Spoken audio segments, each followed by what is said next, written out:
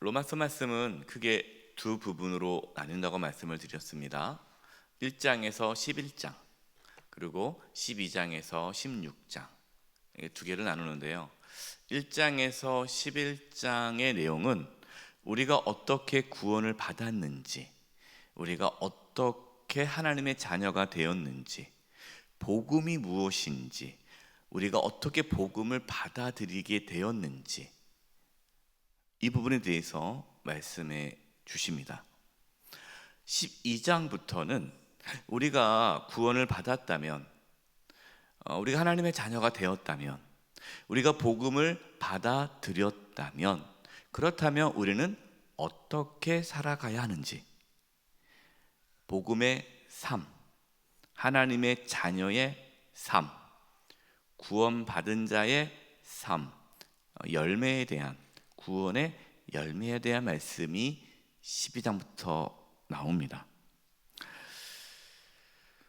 여러분, 우리는 그동안 로마서 1장에서 11장 말씀을 나누면서 구원은 전적인 하나님의 은혜요 긍휼임을 말씀을 나눴죠. 우리의 의로움이 아니라, 우리가 무엇을 해서가 아니라 전적인 하나님의 은혜로, 믿음으로 말미암아 우리가 구원을 받았다라는 것을 말씀을 통해서 알게 되었습니다. 정말 우리가 구원을 받았다면, 우리 안에 복음이 들어왔다면, 그렇다면 그것으로 끝나는 것이 아니라 정말 우리가 구원을 받았다면 그럼 구원받는 자는 이렇게 살아간다라는 말씀을 이제 우리는 듣게 됩니다. 여러분, 구원을 받았다고 해서 그것으로 끝나는 것이 아닙니다. 구원 받았으면 그 구원의 열매가 나타나게 되죠. 그 구원의 열매를 보면서 내가 구원을 받았구나 라는 것을 확인할 수가 있는 거예요.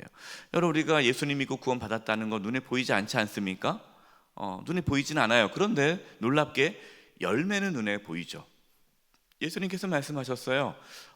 좋은 나무와 나쁜 나무, 겉으로 봤을 때는 나무로 봤을 때는 모르겠지만 무엇을 보고 그 나무를 안다고 했습니까?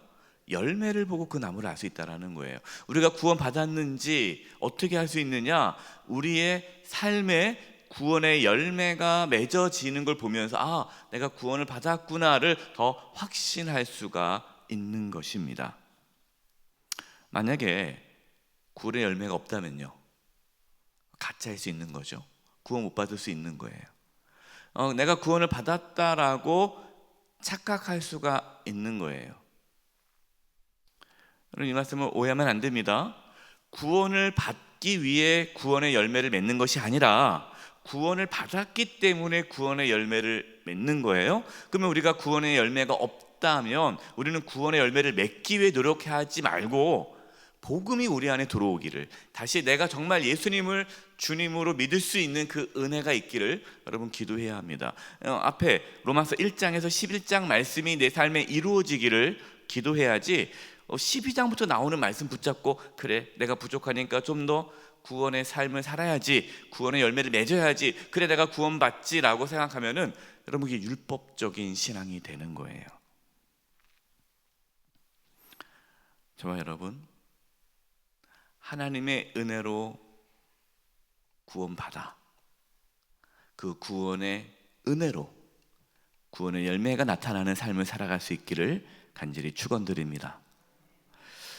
1절 말씀이에요. 이 말씀이 중요하죠. 아주 중요하기 때문에 잘 알 겁니다. 우리 1절을 같이 한번 읽어보겠습니다. 시작. 그러므로 형제들아, 내가 하나님의 모든 자비하심으로 너희를 권하노니 너희 몸을 하나님이 기뻐하시는 거룩한 산 제물로 드리라. 이는 너희가 드릴 영적 예배니라.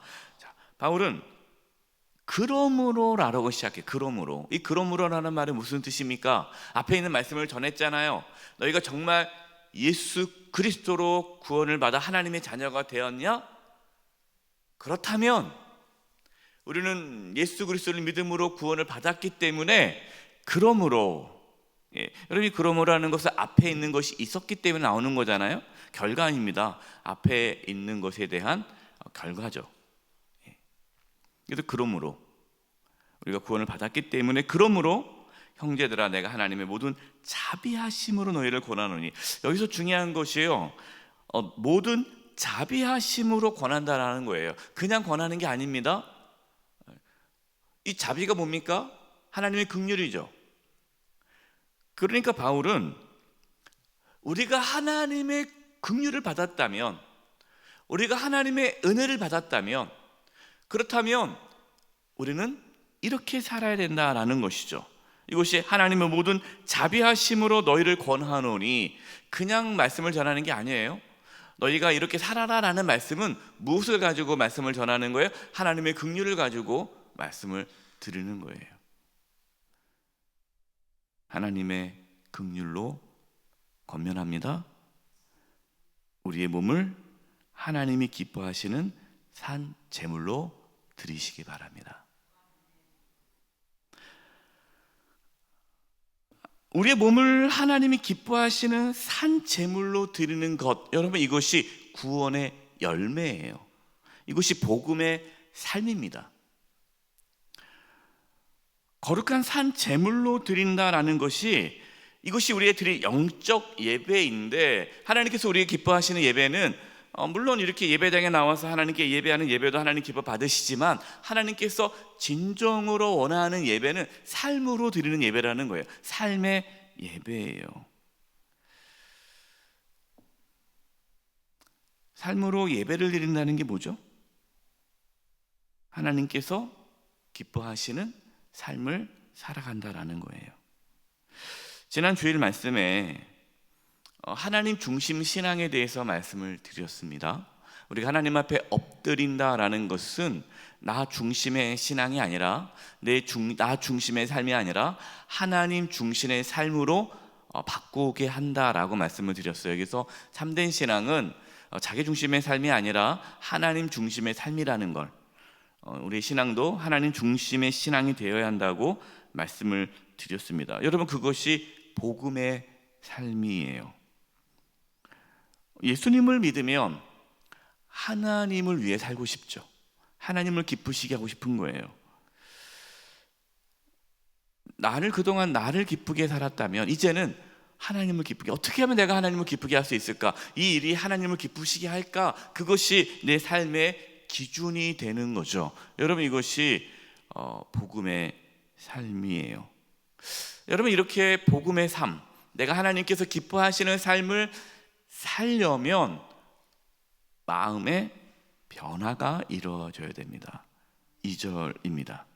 너희는 이 세대를 본받지 말고 오직 마음을 새롭게 함으로 무엇을 받아? 변화를 받아 하나님의 선하시고 기뻐하시고 온전하신 뜻이 무엇인지 분별하도록 하라. 여러분, 이 말씀을 잘 우리는 들어야 돼요. 내가 마음을 변화시키는 게 아니에요. 내가 왜 이러지? 내가 이러면 안 되는데, 내가 하나님 중심으로 살아야 되는데, 내 마음을 내가 변화시켜야지. 내 마음을 내가 변화시키는 것이 아니라 우리는 마음을 새롭게 함으로 변화를 받는 거예요. 그럼 우리의 마음을 누가 변화시킵니까? 하나님이죠. 무엇으로? 복음으로. 복음. 그래서요, 복음이 우리의 마음을 변화시킵니다. 이 복음의 능력이에요. 여러분, 복음이 들어가잖아요. 복음이 들어가면 그 마음이 새롭게 함으로 변화를 받습니다. 복음이 우리의 생각을 바꿔요. 복음이 하나님 중심 신앙으로 우리를 바꿉니다. 그렇기 때문에 지금 내가 여전히 목사님, 어떻게 우리가 그렇게 살 수 있어요? 다 우리가 그냥 나를 위해 살죠. 너무 그렇게 막 하나님 중심으로 살아라. 너무 부담스럽습니다. 여러분, 왜 부담스러울까요? 아직 그분에게 복음이 들어가지 않았어요. 근데 복음이 들어가면 그냥 변화를 받아 하나님을 기쁘시게 하고 싶어요. 여러분, 이게 복음의 능력입니다. 저와 여러분 가운데 이 복음의 능력이 우리의 마음의 변화를 일으켜 하나님을 기쁘시게 하는 삶을 살아가도록 그 은혜가 있기를 바랍니다. 우리는 그래서 이제 하나님께서 기뻐하시고 온전하신 뜻이 무엇인지 분별을 해야 돼요. 막 할 수 없잖아요. 어떤 것이 하나님께서 기뻐하는지를 분별할 수 있어야 되지 않습니까? 그러면 그 분별하려면 우리 무엇을 통해서 분별합니까? 하나님의 말씀을 가지고 분별하는 거예요. 그래서 구원받은 자는요, 하나님 말씀에 귀를 기울입니다. 하나님 말씀에 집중하죠. 하나님 말씀을 집중하죠. 하나님 말씀에 귀를 기울여요. 그래서 여러분, 물론 이제 우리가 졸릴 수 있겠죠. 졸릴 수 있겠지만 하나님 말씀을 들을 때 그리스도인들은 잠을 못 잡니다. 왜요? 하나님 말씀을 들어야 되잖아요. 그래서 말씀을 들어야 돼요. 이게 참 재밌는 게요. 새 가족이 이제 옵니다. 그리고 이제 교회를 다녀요. 그러면은 예배 시간에 졸아요, 많이. 말씀을 많이 졸아요. 그러면 얘기해요. 목사님, 맨날 우리 남편이 존다고 막 그래요.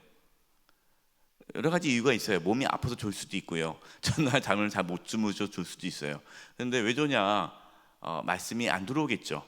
말씀이 왜 안 들어옵니까? 아직 복음의 그 능력이 그 삶 가운데 나타나지 않은 거예요. 그러니까 복음이 들어오지 않았기 때문에 하나님 말씀에 귀를 잘 기울이지 못해요. 그러나 복음이 들어오면 마음이 새롭게 변화를 받아 하나님께서 기뻐하시는 것이 무엇인지에 대한 갈망이 있기 때문에 하나님 말씀을 사모하게 되죠. 그러니까 하나님 말씀이 달아지는 거예요. 저도 그랬어요. 저도 뭐 예수님 믿기 전에는 말씀이 들어오지 않고 졸립고 재미가 없죠. 근데 복음이 내 안에 들어오고 나서부터 가장 큰 변화는 말씀이 들리고 말씀이 너무 좋고 사모하게 되고 은혜가 되는 거예요.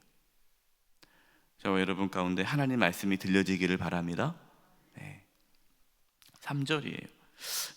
내게 주신 은혜로 말미암아 너희 각 사람에게 말하노니 마땅히 생각할 그 이상의 생각을 품지 말고 오직 하나님께서 각 사람에게 나누어 주신 믿음의 분량대로 지혜롭게 생각하라.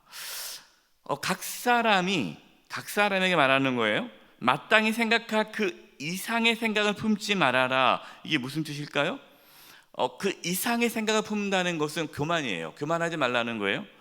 하나님께서 우리에게 구원을 주셨잖아요. 여러분, 우리가 어떻게 구원받았습니까? 하나님의 은혜와 긍휼로 구원받았잖아요. 그러니까 우리는 교만할 수가 없는 거예요. 그래서 공동체 안에서 이제 공동체 말씀이 나옵니다. 3절부터요. 공동체 안에서 겸손하게 행동을 해야 됩니다. 마땅히 생각할 그 이상의 생각을 품지 말아라는 것은 하나님께서 우리에게 주신 것에 대해서 감사하면서 생각을 해야지 그 이상 내가 있는 그 자리에서 넘어서 막 그렇게 말과 행동을 해서는 안 된다라는 거예요. 각자 우리에게 주신 믿음의 분량대로 지혜롭게 생각해야 합니다. 그래서 여러분, 우리가 이 공동체 안에 질서가 중요한 거예요. 또 우리가 하는 역할이 다 다르지 않습니까? 그 역할에 대해서 존중해야 돼요. 그래서 여러분, 이제 교회 공동체 안에 이제 당회라는 조직이 있어요. 당회. 당회가 뭐 상위 기층이다, 그건 아닙니다. 그러나 하나님께서 어떠한 교회를 공동체를 이끌어가기 위해서 당회라는 그러한 조직을 하나님 세워 주셨죠. 그러면은 우리 성도님들은 당회의 권위를 인정해야 되는 거예요. 근데 당회가 기도하고 어떤 부분을 딱 내놓았을 때에 그를 순종하고 따르는 부분이 있는 분이 있고, 어떤 분들은 왜 그렇게 하냐, 이렇게 해야지 하면서 끊임없이 얘기하시는 분들이 있어요. 그럼 그거는 마땅히 생각할 그 이상의 생각을 품은 거예요. 물론 어떻게 다 생각을 다 맞추겠습니까? 그러나 우리는 겸손하게 이렇게 각자의 자기 자리에서 최선을 다하는 거예요.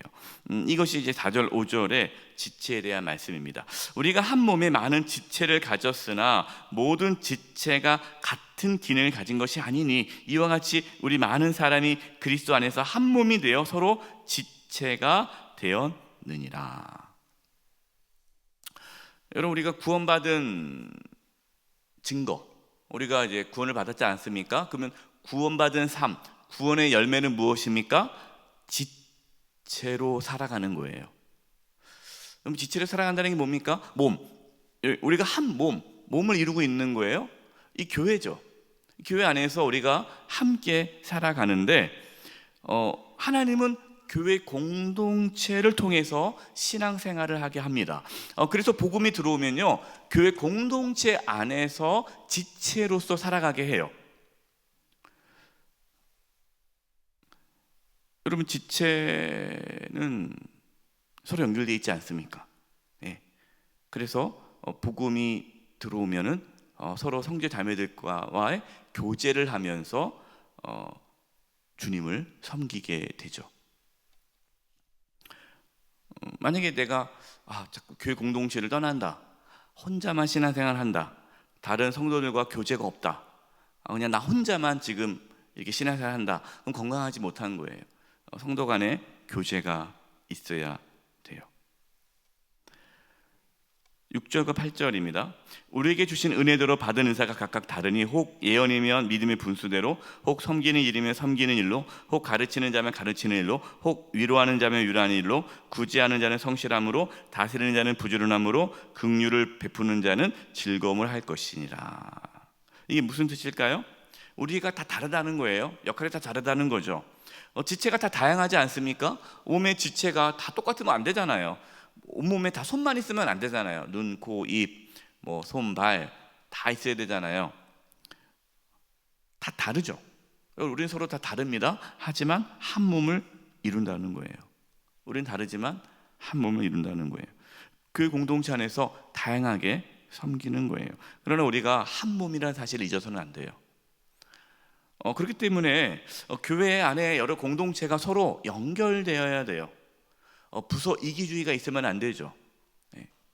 우리 부서 하고 다른 부서랑 막 경쟁하고, 다른 구역이랑 경쟁하고, 다른 여전도회랑 막 경쟁하고, 여전도회 올라오라는데 밑에서는 안 보내고, 보내면 우리는 없다고 그러고, 위에서는 빨리 보내라고 그러고, 막 싸우고. 그거 안 되는 거예요. 왜? 같은 지체인데 보내서는 보내고, 또 그쪽이 약하면은 보내지 말라고 하고 서로 양보하고 그러는 거죠.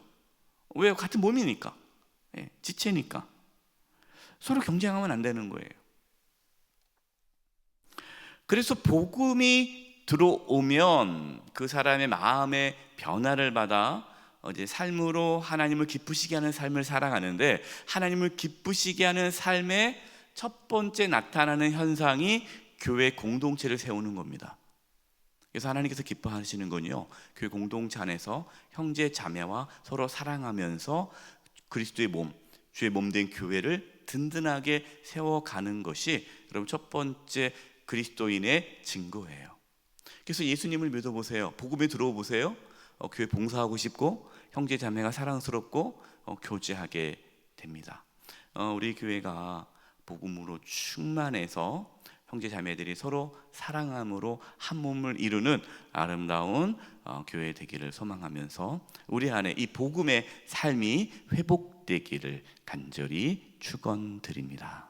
이제 우리 합심해서 기도하겠습니다. 기도할 것은, 하나님, 정말 우리가 복음을 경험하게 해주시고 복음이 우리의 삶에 들어오게 해주시고 복음으로 말미암아 내 마음의 변화를 받아 하나님께서 기뻐하시고 온전하신 뜻이 무엇인지 분별하여 그 삶을 살게 해 주시옵소서. 특별히 하나님께서 교회 공동체 안에 저희들을 불러주셨는데 주의 몸된 교회를 위해 서로 사랑하고 또 하나 되기 위해 힘쓰는 삶을 살게 주시옵소서. 우리 이 부분을 놓고 합심의 통성으로 기도하며 나가겠습니다. 하나님 아버지, 이 시간 이 복음의 능력이 우리 삶 가운데 나타나기를 원합니다. 하나님, 복음이 들어오기를 원합니다. 복음으로 우리가 새로워지기를 원합니다. 복음으로 아버지 우리의 마음의 변화를 받기를 원합니다. 그래서 하나님께서 기뻐하시고 온전하신 뜻이 무엇인지 분별하여 그러한 삶을 살기를 원합니다. 하나님 도와주시옵소서. 아버지, 저희들이 교회 공동체 안에서 형제여 자매여 함께 합력하여 선을 이루며 또 함께 함께 주의 몸된 교회를 세워갈 텐데 주여 성령이여 역사하여 주셔서 저희 영세교회가 복음으로 충만한 교회가 되어 모든 성도들이 서로 사랑으로 하나가 되어 또 한 몸을 이루며 하나님께서 기뻐하는 그러한 삶을 살아가도록 역사하여 주시옵소서. 당에는 모든 악한 세력들을 막아 주시옵소서. 하나님, 복음의 능력이 우리 가운데 들어와 우리의 마음을 변화시켜 하나님께서 기뻐하시는 삶을 살아가도록 인도하여 주시옵소서. 특별히 우리가 주님 안에서 한 형제여 자매여 지체가 됨을 깨닫고 주의 몸된 교회를 위하여 헌신하게 하여 주시고 한 몸을 이루기 위하여 최선을 다하는 삶을 살 수 있도록 성령 하나님 역사하여 주시옵소서. 저희 영세교회가 복음으로 충만한 교회가 되어 서로 한 몸을 이루고 하나님을 기쁘시게 하는 교회가 되게 하여 주시옵소서. 예수님의 이름으로 기도드립니다. 아멘.